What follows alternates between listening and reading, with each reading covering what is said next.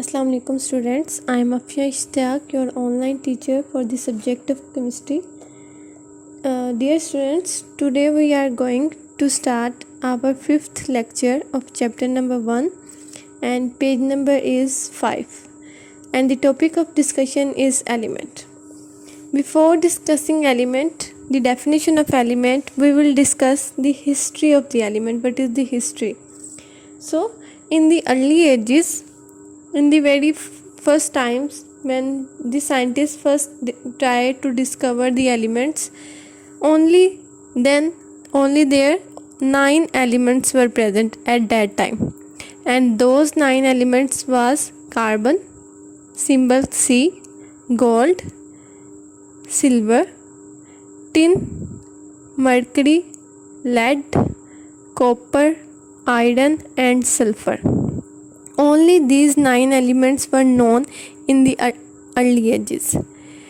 At that time, the scientists thought that elements are the substances that could not be broken down into simpler substances. मतलब कोई एक element है, जैसे carbon was the first element of that time.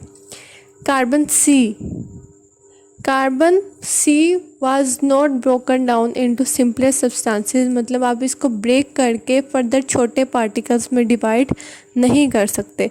ऐसा सोचना था, ऐसा कहना था साइंटिस्ट का. ठीक है. फिर टाइम के साथ साथ until the end of 19th century, जब आपकी 19th century ख़त्म हुई, then 63 elements discovered हो चुके थे. Scientists had discovered 63 elements. Now अब जब हमारे पास अब 118 एलिमेंट्स हैं जो हम जानते हैं, जिनके बारे में, जो कि अब डिस्कवर हो चुके हैं. उन 118 एलिमेंट्स में से जो आपके 92 एलिमेंट्स हैं, दे आर नेचुरली अकरिंग, जो कि नेचर में पाए जाते हैं. 92 एलिमेंट्स आर नेचुरली अकरिंग. ये हमारे पास थोड़ी सी हमने डिस्कस किया है हिस्ट्री जो है. In the early ages only 9 elements were present. फिर टाइम गुजरने के साथ साथ, डिस्कवरीज होने के साथ साथ आपके पास 63 एलिमेंट्स आ जाते हैं. फिर और with the passage of the time गुजरता है, डिस्कवरीज होती हैं, तो आपके पास अब now we have 118 elements, out of which 92 elements are naturally occurring elements. This was the history of the elements. Now we will discuss about the definition of the element.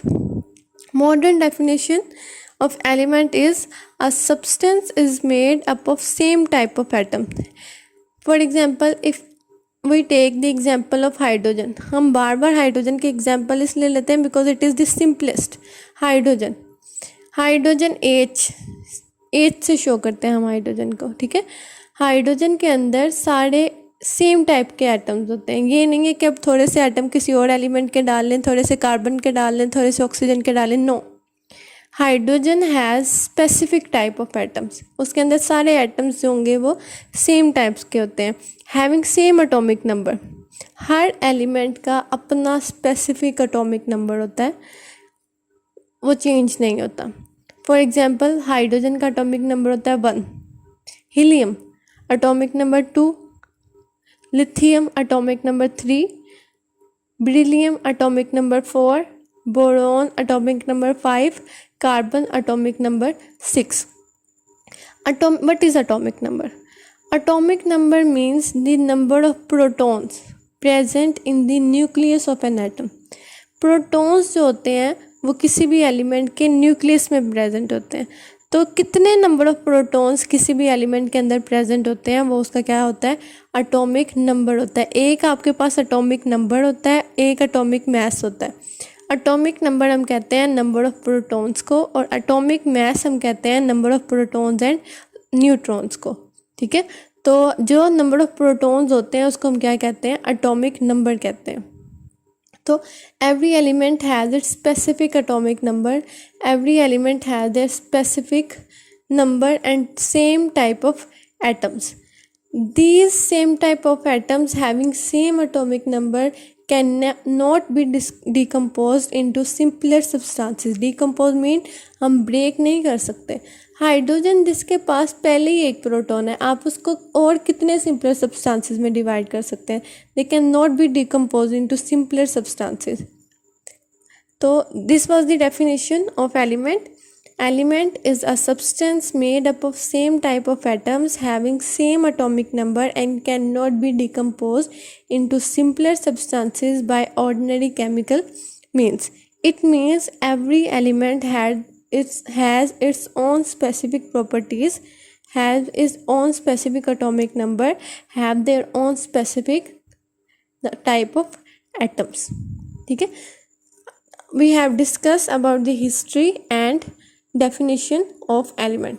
Actually the topic element is of very importance. ये बहुत ज़्यादा long question के लिए important है.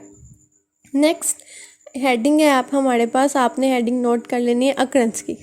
Paragraph number 2 पे. Elements occur in both form. They occur in free form, they occur in combined form. Free और combined form का क्या मतलब होता है? फ्री फॉर्म होती है जब कोई भी एलिमेंट फ्रीली इंडिपेंडेंटली मूव कर रहा था. जैसे हाइड्रोजन H, जब हम H लिखते हैं तो इसका मतलब है वो क्या है? फ्री है, अकेला मूव कर रहा है. अपने एक प्रोटॉन के साथ वो अकेला मूव कर रहा है. ठीक है. कंबाइन फॉर्म का मतलब होता है जब हाइड्रोजन किसी और एलिमेंट के साथ या अपने किसी दूसरे एटम के साथ कंबाइन कर ले, H2 बना ले, H2O बना ले. ठीक है. H3PO4 बना ले, HCl बना ले. ठीक है. अब हाइड्रोजन जब डिफरेंट एलिमेंट्स के साथ कंबाइन करेगा तो उसको क्या हम कहते हैं? कंबाइंड फॉर्म कहते हैं. एक होती है फ्री फॉर्म जब वो इंडिपेंडेंटली एग्जिस्ट करता है, और एक होती है कंबाइंड फॉर्म जब वो दूसरों के साथ कंबाइन करके रह रहा होता है, दूसरों के साथ मिल के रह रहा होता है. तो एलिमेंट जो होते हैं वो दोनों फॉर्म में एग्जिस्ट करते हैं. एलिमेंट्स जो होती हैं, नेचुरली अकरिंग एलिमेंट्स जो होते हैं, वो डिफरेंट परसेंटेजेस में हमारे पास अर्थ क्रस्ट में, ओशंस में एंड एटमॉस्फेयर में प्रेजेंट होते हैं.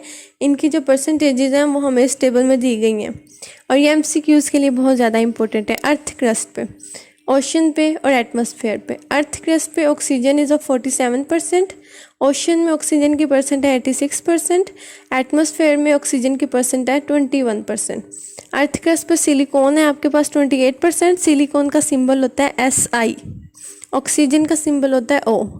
एल्यूमिनियम है 1.8%. सॉरी, ये 7.8 और 1.8, it's not clear. I think 7.8. Aluminium का सिंबल होता है Al. ओशन में हाइड्रोजन की परसेंटेज है 11% और क्लोरीन की परसेंटेज है 1.8%. क्लोरीन का सिंबल होता है Cl. एटमॉस्फेयर में नाइट्रोजन सबसे ज़्यादा प्रेजेंट होता है आपके एटमॉस्फेयर में, और नाइट्रोजन का सिंबल होता है N. एटमॉस्फेयर में नाइट्रोजन है 78% और आर्गोन जो है वो एक नोबल गैस है, उस आर्गोन का सिंबल होता है Ar और इसकी परसेंटेज है 0.9%. नेक्स्ट पैराग्राफ पे आप हेडिंग कोट कर लें क्लासिफिकेशन. एलिमेंट्स जो हैं उनको डिफरेंट फॉर्म्स में एग्जिस्ट करते हैं. दे मे बी सॉलिड, लिक्विड और gases. Majority of elements exist in solid form. Sodium, copper, zinc, gold, silver, lead, sulfur, iron, all these are solid state of elements.